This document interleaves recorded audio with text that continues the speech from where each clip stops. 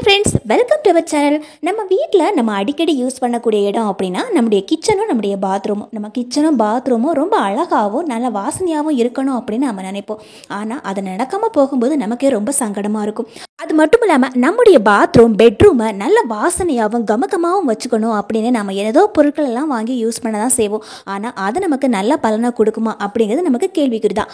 இனி நமக்கு அந்த பிரச்சனையே கிடையாது. ரொம்ப ரொம்ப ஈஸியாக நம்முடைய பாத்ரூமை 24 மணி நேரமும் நல்லா ஃப்ரெஷ்ஷாகவும் நல்லா கமகமானு வச்சுக்கிறதுக்கு ஒரு சூப்பரான டிப்ஸ் தான் பார்க்க போகிறோம்.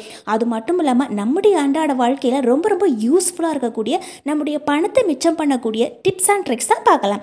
வாங்க நம்ம வீடியோக்குள்ளே போகலாங்க. இப்போ பார்த்தீங்கன்னா நம்ம டெய்லி யூஸ் பண்ணக்கூடிய காய்கறிகளில் இந்த வெங்காயமும் ஒன்று தான். எவ்வளோ விலை ஏறினாலும் இந்த வெங்காயத்தை மட்டும் நம்ம வீட்டில் யூஸ் பண்ணாமல் இருக்கவே முடியாது இல்லைங்களா? இப்போ டெய்லி நம்ம 1-2 வெங்காயமாவது யூஸ் பண்ணுவோம். இந்த வெங்காயத்தோட தோலை நம்ம கண்டிப்பாக குப்பையில் தான் போடுவோம் இல்லைங்களா? ஆனால் இந்த ஒரு டிப்ஸ் மட்டும் தெரிஞ்சிச்சுன்னு வைங்களேன், ஒரு வெங்காயத்தோட தோல் கூட இனி குப்பையில் போகவே போகாது. இப்போ வெங்காயத்தோட தோல் மட்டும் இந்த மாதிரி தனியாக எடுத்து வச்சுருக்குறோங்க. இப்போ நமக்கு தேவைப்படுறது ஒரு தீக்குச்சி தான். இப்போ தீக்குச்சியை உரசி இதுக்கு மேலே வச்சிடலாம். வெங்காயத்தோட தோல் நல்லா காஞ்சு போயிருக்கிறதால உடனடியாகவே நல்லா எரிய ஆரம்பிக்கும். லைட்டாக புகை வர மாதிரி இருக்கும். அந்த டைமில் நம்ம மேலே எடுத்து வச்சா போதும். இந்த வெங்காயத்தை நம்ம இந்த மாதிரி வீட்டில் செய்கிறதால 2 விதமான பலனை நாம் பெற முடியும். முதல் பலன் என்ன அப்படின்னு பார்த்தீங்கன்னா, நம்ம வீட்டில் ரொம்ப பல்லி தொல்லை இருக்குது அப்படின்னா இந்த பல்லி அதிகமாக வரக்கூடிய இடங்களில் இந்த புகையை காட்டணும்னு வச்சுக்கோங்களேன், அந்த பல்லி அந்த இடத்துலேருந்து ஓடி ஒளிகிறத நாமளே பார்க்கலாம். முதல் பலனை கேட்ட உடனேயே நீங்கள் ரொம்ப ஷாக் ஆகலாம். இதுக்கெல்லாம் பல்லி ஓடி ஒளியுமா அப்படின்னு. கண்டிப்பாக இந்த வெங்காயத்துலேருந்து வரக்கூடிய ஒரு நெடி பார்த்தீங்கன்னா பல்லியை ஓட விரட்டிடும். அடுத்ததாக பார்த்தீங்கன்னா இந்த வெங்காயத்துலேருந்து நமக்கு கிடைக்கக்கூடிய 2வது பலனை நம்ம பார்க்கலாமாங்க. இப்போ நம்ம இந்த வெங்காயத்தோட தோலை நல்லா எரிச்சு வச்சுட்டோம். அதாவது நல்ல சாம்பல் ஆகிற அளவுக்கு இதை எரிய விடக்கூடாது. நம்ம புகை காட்டும் போது பார்த்தீங்கன்னா ஒன்றும் பாதியமாக எரியிற அளவுக்கு நம்ம புகை காட்டி எடுத்தா போதும். இப்போ நம்ம ஒரு ஜல்லடை எடுத்து இந்த வெங்காயத்தோட தோலை இந்த மாதிரி போட்டு ஜலிச்சு எடுத்தோம் அப்படின்னா அதுலேருந்து நல்ல பவுடர் மாதிரி இருக்கக்கூடியது மட்டும் தனியாக கிடைக்குங்க. இந்த டிப்ஸை நம்ம செய்கிறதால பார்த்தீங்கன்னா அதிகமான பணத்தை நம்மளே மிச்சம் பண்ண முடியும். அடுத்ததான் நமக்கு தேவைப்படுறது பார்த்தீங்கன்னா கடுகு எண்ணெய் தான். சப்போஸ் உங்ககிட்ட கடுகு எண்ணெய் இல்லை அப்படின்னா நீங்கள் தேங்காய் எண்ணெய் கூட இதுக்கு யூஸ் பண்ணிக்கலாம். இதுக்கு நம்ம ஒரு 1/4 ஸ்பூனுக்கு எண்ணெய் சேர்த்தா போதும். அதிகமான எண்ணெயும் சேர்க்க தேவையில்லை. நல்லா இந்த மாதிரி மிக்ஸ் பண்ணி எடுக்கும்போது பார்த்தீங்கன்னா நல்ல கருன்னு வந்துடும். நாம் எதுக்கு ஃபீல் பண்ணுறோமோ இல்லையோ, ஆனால் நம்முடைய தலையில் நரமுடி ஒன்று வந்தால் போதுங்க அதிகமாக ஃபீல் பண்ண ஆரம்பிச்சிடுவோம். இதுக்காக ரொம்ப ரொம்ப சிம்பிளாக நம்ம இந்த மாதிரி செஞ்சுட்டு அந்த இடத்துல மட்டும் இந்த மாதிரி தடவி விட்டு பாருங்க, நரமுடி இருக்கிற இடமே தெரியாது. தினமுமே டை அடித்து கஷ்டப்படுறத விட நம்ம எங்கேயாவது வெளியே கிளம்பும் போது இதை ஒன்றை மட்டும் இந்த மாதிரி தேய்ச்சி விட்டால் போதும், நரமுடி அப்படியே மறைஞ்சு போயிடும். நம்ம இதை தேய்க்கிறதால முடியல ஒட்டிக்குமோ அல்லது ட்ரெஸ்ஸு ஃபுல்லாக ஒட்டிக்குமோ அப்படின்னு பயப்படவே தேவையில்லை. அந்த மாதிரி எதுவுமே ஆகாதுங்க. ரொம்ப சூப்பராக இருக்கும். இதுதான் பார்த்தீங்கன்னா ரொம்ப ரொம்ப யூஸ்ஃபுல்லாக இருக்கக்கூடிய ஒரு டிப்ஸ் தான் பார்க்க போகிறோம். ஒரு பவுல் எடுத்துக்கலாம். இந்த பவுலில் 1 ஸ்பூனுக்கு கார்ன்ஃப்ளவர் அப்படின்னு சொல்லக்கூடிய சோள மாவு எடுத்துக்கிறோங்க. 1 ஸ்பூன் சோள மாவு எடுத்துக்கிட்டோம் அப்படின்னா ஒரு 1/2 டம்ளர் அளவுக்காவது நம்ம தண்ணி சேர்க்கணும். நம்ம தண்ணி சேர்த்து மிக்ஸ் பண்ணும்போது பார்த்தீங்கன்னா பால் நிறத்தில் இந்த மாதிரி வரும். நாம் இதில் குறைவான தண்ணி சேர்த்து ரொம்ப கெட்டியாகவும் செய்யக்கூடாது. அதே சமயத்தில் ரொம்ப தண்ணியும் சேர்க்கக்கூடாது.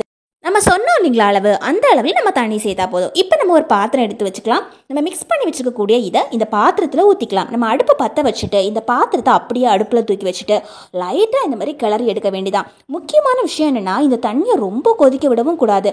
அதே சமயத்தில் நம்ம கை வச்சு பார்க்கும்போது பார்த்தீங்கன்னா கை சூடு படுற அளவுக்கு இருக்கணும். அந்த அளவு சூடானாவே போதும். இப்போ நம்ம செஞ்சு வச்சதை 2 மாதத்துக்கு மேலே ஃப்ரிட்ஜில் வச்சு நம்ம தினமுமே யூஸ் பண்ணிக்கலாங்க. இதை போய் நம்ம எதுக்கு யூஸ் பண்ண போகிறோம் அப்படின்னு நினைக்கிறீங்களா? ஆனால் இது ஒரே ஒரு விஷயம் நம்ம செஞ்சு வச்சுக்கிறதால நமக்கு ஒரு பெரிய வேலையை இது மிச்சம் பண்ணும். அது என்னன்னா, நம்ம தினமும் யூஸ் பண்ணக்கூடிய காட்டன் புடவை, காட்டன் சட்டை, இந்த மாதிரி துணிகள் பார்த்தீங்கன்னா நம்ம துணி துவைக்கும் போதே ஒன்று கஞ்சி போட்டு துவைப்போம், அல்லது நம்ம கஞ்சி போடாமல் துவைச்சி எடுத்தோம் அப்படின்னா அது பார்த்தீங்கன்னா பழைய புடவை மாதிரியே இருக்கும். நம்ம புதுசாக வாங்கும்போது அந்த காட்டன் புடவை எப்படி இருந்ததோ அந்த மாதிரி இருக்கவே இருக்காது இல்லைங்களா? இதுக்காக நம்ம இந்த ஒரு சின்ன விஷயம் செஞ்சு வச்சாவே போதுங்க.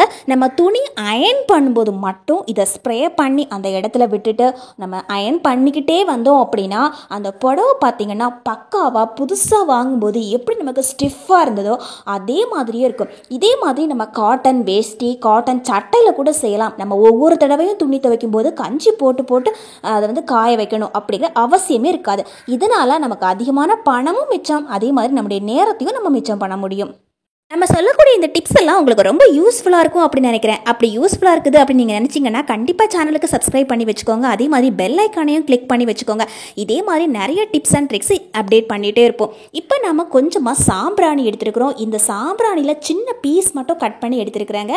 அதே மாதிரி ஒரு பவுலில் கொஞ்சமாக தண்ணி எடுத்து வச்சுருக்கிறேன். நான் எடுத்து வச்சுருக்கக்கூடிய இந்த தண்ணி பார்த்தீங்கன்னா சூடான தண்ணி. கொஞ்சம் சூடாக இருக்கக்கூடிய இந்த தண்ணியில் நம்ம கட் பண்ணி வச்சுருக்கக்கூடிய இந்த சாம்பிராணியை போட்டு வச்சுக்கலாம். தண்ணி சூடாக இருக்கும்போது என்னாகும் அப்படின்னா அந்த சாம்பிராணியில் இருக்கக்கூடிய வாசனை எல்லாமே தண்ணிலையும் இறங்கிடும். தண்ணியில் வாசனை எல்லாம் இறங்கினதுக்கு அப்புறமா ஒரு ஸ்ப்ரே பாட்டில் எடுத்துக்கலாம். இந்த ஸ்ப்ரே பாட்டிலில் இந்த தண்ணியை மட்டும் நம்ம வடித்து ஊற்றிக்கலாங்க. பொதுவாக நம்ம சாம்பிராணியை கோயில்களிலேயோ அல்லது நம்ம சாமி ரூமில் கூட யூஸ் பண்ணுவோம். ஆனால் இது எதுக்கு நம்ம பெட்ரூமில் யூஸ் பண்ணுறோம் அப்படின்னு பார்க்குறீங்களா? பெட்ரூமில் பார்த்தீங்கன்னா நம்ம இந்த மாதிரி கொசுவலை போட்டிருப்போம் அல்லது ஜன்னல்களில் கூட நம்ம கொசுவலை ஃபிட் பண்ணியிருப்போம். இந்த இடங்களெல்லாம் நம்ம இந்த தண்ணியை ஸ்ப்ரே பண்ணி விடுறதால என்ன ஆகும் அப்படின்னா கொசு மருந்து யூஸ் பண்ணணும் அப்படிங்கிற அவசியமே இருக்காது. இதை மட்டும் ஸ்ப்ரே பண்ணி விட்டோம்னா அந்த இடத்துல எந்த பூச்சி இருந்தாலும் சரி உடனடியாகவே அந்த இடத்த விட்டு போயிடுங்க. முக்கியமாக நாம் இதை டெய்லி யூஸ் பண்ணக்கூடிய கொசு வலையில் வாரத்துக்கு ஒரு முறை தெளிச்சு விட்டோன்னு வச்சுக்கோங்களேன், அந்த கொசு முட்டைகள் எல்லாம் அழிஞ்சு போயிடுங்க. அடுத்ததாக பார்த்தீங்கன்னா ரொம்ப யூஸ்ஃபுல்லாக இருக்கக்கூடிய ஒரு டிப்ஸ் தாங்க பார்க்க போகிறோம். கண்டிப்பாக இது சூப்பராக வேலை செய்யும்.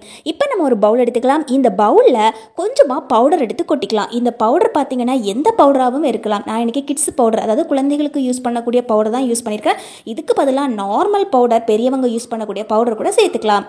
இப்போ நம்ம அடுத்ததாக சேர்த்துக்கூடியது பார்த்தீங்கன்னா கம்ஃபர்ட் தான். எந்த பிராண்டு கம்ஃபர்ட் வேணாலும் சேர்த்துக்கலாங்க. இப்போது கம்ஃபர்ட்டில் ஒரு மூடி அளவுக்கு ஊற்றி நல்லா இந்த மாதிரி மிக்ஸ் பண்ணி விட்டுக்கலாங்க.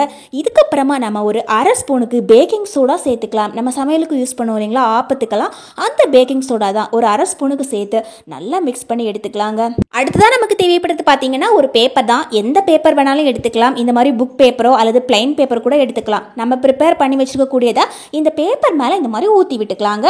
இப்போ நான் செஞ்சுருக்கக்கூடிய எல்லாத்தையும் இந்த பேப்பர் மேலே ஊற்றி விட்டேன். இதில் நம்ம தண்ணி எதுவுமே சேர்க்கக்கூடாதுங்க. இப்போது ஒரு ஸ்பூன் வச்சு நல்லா இந்த மாதிரி தேய்ச்சி விட்டுக்கலாம். இந்த பேப்பரை ஒரு நைட்டு ஃபுல்லாக நம்ம அப்படியே விட்டு வச்சுக்கலாம். மறுநாள் காலையில் நம்ம எடுத்து பார்க்கலாம். இப்போது ஒரு நாள் நைட்டு ஃபுல்லாக நான் இதை விட்டு வச்சுட்டேன். மறுநாள் காலையில் நம்ம எடுத்து பார்க்கலாம். பேப்பர் பார்த்திங்கன்னா இப்போது நல்லாவே காஞ்சு போயிடுச்சு. கொஞ்சம் கூட ஈரமே இல்லைங்க. இதுக்கப்புறமா இந்த பேப்பரை நம்ம எப்படி யூஸ் பண்ணுறது அப்படின்னு பார்க்கலாம். இப்போ இந்த பேப்பரை இந்த மாதிரி கட் பண்ணி எடுத்துக்கலாங்க. நமக்கு எந்த அளவுக்கு பேப்பரோட சைஸ் வேணுமோ அந்த மாதிரி நம்ம கட் பண்ணி எடுத்துக்கலாம். நான் ஒரு பெரிய பீஸாக கட் பண்ணி எடுத்து வச்சுருக்கிறேன். அதே மாதிரி அதோட பாதியை சின்ன சின்ன பீஸாக இந்த மாதிரி கட் பண்ணி எடுத்துக்கலாங்க. இதை நம்ம வீட்டில் எல்லா இடத்துலையுமே யூஸ் பண்ணிக்கலாம். இதனால் நமக்கு என்ன யூஸ் கிடைக்க போகுது அப்படின்னு நினைக்காதீங்க. அடுத்ததான் நமக்கு தேவைப்படுறது பார்த்தீங்கன்னா ஒரு சோப்பு கவர் தான். நம்ம சோப்பு வாங்கணும் அப்படின்னா இந்த மாதிரி பாக்ஸுக்குள்ளே வச்சு கொடுத்தாங்க அப்படின்னா அந்த சோப்பு கவர் நம்ம யூஸ் பண்ணிக்கலாங்க. இப்போ நம்ம பாத்ரூமில் இதை எப்படி யூஸ் பண்ணுறது அப்படின்னு பார்க்கலாம். இந்த மாதிரி டபுள் சைடு ஒட்டக்கூடிய டேப் இருக்கும் இல்லைங்களா, அதை பார்த்தீங்கன்னா ஒரு ஓரத்தில் இந்த மாதிரி ஒட்டி வச்சுக்கலாம். இப்போது அதுக்கு மேலே இந்த சோப் கவரை ஒட்டி வச்சுக்கலாங்க. அவ்வளோதாங்க. பாத்ரூமில் நம்ம எவ்வளோ செலவு பண்ணி எதோ வாங்கி போட்டாலும் வாசனையே வரலைன்னா கண்டிப்பாக இந்த மாதிரி ஒரு தடவை ட்ரை பண்ணி பாருங்கள். அவ்வளோ சூப்பராக இருக்கும். பாத்ரூம்லேருந்து நல்ல வாசனை வரும். அடுத்தா பார்த்தீங்கன்னா இது வாசனை வரதுக்கு மட்டும்தானா அப்படின்னு நினைக்காதீங்க. இது பல்லி, கரப்பான் பூச்சி, அது மட்டும் இல்லாமல் எந்த பூச்சியாக இருந்தாலும் சரி இதோட வாசனைக்கு அந்த நெடிக்கு பக்கத்தில் வரவே வராது. முக்கியமாக நம்முடைய கிச்சனில் அதிகமாக தொல்லை தரக்கூடிய இந்த கரப்பான் பூச்சிகளை வராமலே நம்ம தடுக்க முடியும். நம்ம வீட்டில் இருக்கக்கூடிய அந்த ஸ்டவ் இருக்கு இல்லைங்களா, அந்த ஸ்டவ்வுக்கு அடி பகுதியில் இந்த மாதிரி ஒட்டிட்டு அந்த இடத்துல ஒரு சின்ன பேப்பரை ஒட்டி வச்சு பாருங்க. கிச்சனில் ஒரு பூச்சி கூட ஓடி ஆடிட்டு இருக்காது. இப்போ இதே மாதிரி நம்ம வீட்டில் அயன் பண்ணி வச்சுருக்கக்கூடிய ட்ரெஸ்ஸுக்குள்ளே கூட இந்த மாதிரி வச்சு விட்டுக்கலாம். ட்ரெஸ்ஸு நல்லா வாசனையாகவும் இருக்கும். இதே மாதிரி நம்ம வீட்டில் எந்தெந்த இடத்துல நம்ம வாசனை வரணும் அப்படின்னு நினைக்கிறோமோ அந்த இடத்துல எல்லாமே போட்டு வச்சுக்கலாங்க. நம்ம பெட்ரூமில் இருக்கக்கூடிய இந்த தலகாணி உரைக்கும் உள்ள ஒரு பீஸ் போட்டு பாருங்கள். சூப்பரான வாசனையாக இருக்குங்க. கண்டிப்பாக இந்த டிப்ஸ் எல்லாம் ட்ரை பண்ணி பாருங்கள். ரொம்ப யூஸ்ஃபுல்லாக இருக்கும். தேங்க்யூ ஃபார் வாட்சிங் ஃப்ரெண்ட்ஸ்.